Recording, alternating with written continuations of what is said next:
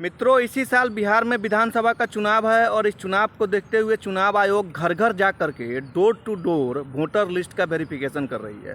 और इसी दरमियान चुनाव आयोग ने कहा है कि बिहार में बड़ी मात्रा में बांग्लादेशी, रोहिंग्या, घुसपैठिया, नेपाली और म्यांमार के लोग जो घुसपैठ करके अवैध तरीके से बिहार में रह रहे हैं और अपना वोटर कार्ड बनवा करके वोट भी दे रहे हैं, इसकी संख्या बड़ी तादाद में उभर के सामने आई है। और इनकी संख्या इतनी ज़्यादा है कि किसी भी विधानसभा में जीत और हार का अंतर तय कर सकता है।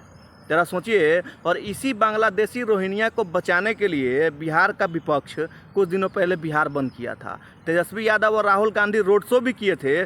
सुप्रीम कोर्ट में इस वेरिफिकेशन को रोकने के लिए चुनौती भी दिया गया था, लेकिन सुप्रीम कोर्ट साफ साफ मना कर देता है और कहता है कि बिहार में जो चुनाव आयोग घर घर जाकर के वोटर लिस्ट का सर्वे कर रही है वो सर्वे जारी रहेगा। और न कि सिर्फ बिहार में सर्वे होगा, पूरे देश में वोटर लिस्ट का वेरिफिकेशन किया जाएगा। क्योंकि हमारे देश में अभी तक के अनुमान से 6 करोड़ से भी ज़्यादा लोग ऐसे हैं जो नेपाल से, म्यांमार से, बांग्लादेश से, पाकिस्तान से घुसपैठ करके अंदर आ गए हैं और यहाँ आकर के अपना राशन कार्ड, आधार कार्ड, वोटर कार्ड बनवा चुके हैं। और विधानसभा के चुनाव में तो आपको पता है कि 1000-2000 वोट से जीत और हार का अंतर तय होता है।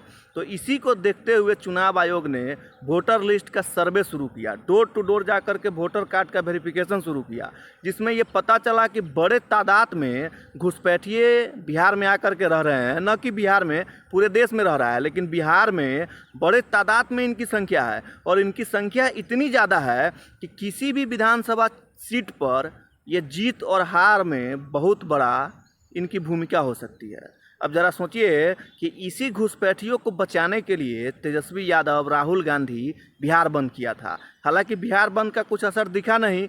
बिहार बंद के दौरान चर्चा में सिर्फ 2 ही नेता रहा, एक पप्पू यादव और दूसरा कन्हैया कुमार। ये दोनों को राहुल गांधी के मंच पर चढ़ने नहीं दिया गया और धक्का मार करके नीचे उतार दिया गया।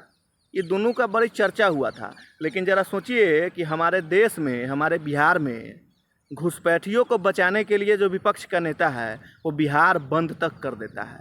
बेरोजगारी के लिए बिहार बंद नहीं करता है, फैक्ट्री इंडस्ट्री लगाने के लिए बिहार बंद नहीं किया जाता है, अश्लीलता मुक्त करने के लिए बिहार बंद नहीं किया जाता है, लेकिन घुसपैठियों को बचाने के लिए बिहार बंद कर दिया जाता है। जगह जगह तांडव मचाया जाता है, यहाँ तक कि सुप्रीम कोर्ट में चुनौती तक दे दी जाती है।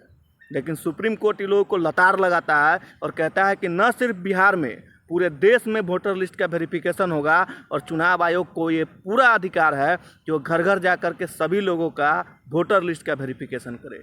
लेकिन ज़रा सोचिए, हमारे देश का विपक्ष, हमारे बिहार का विपक्ष किन लोगों पे मेहरबान है।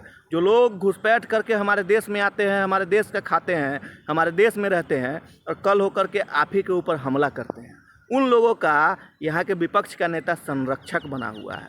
ये हकीकत है।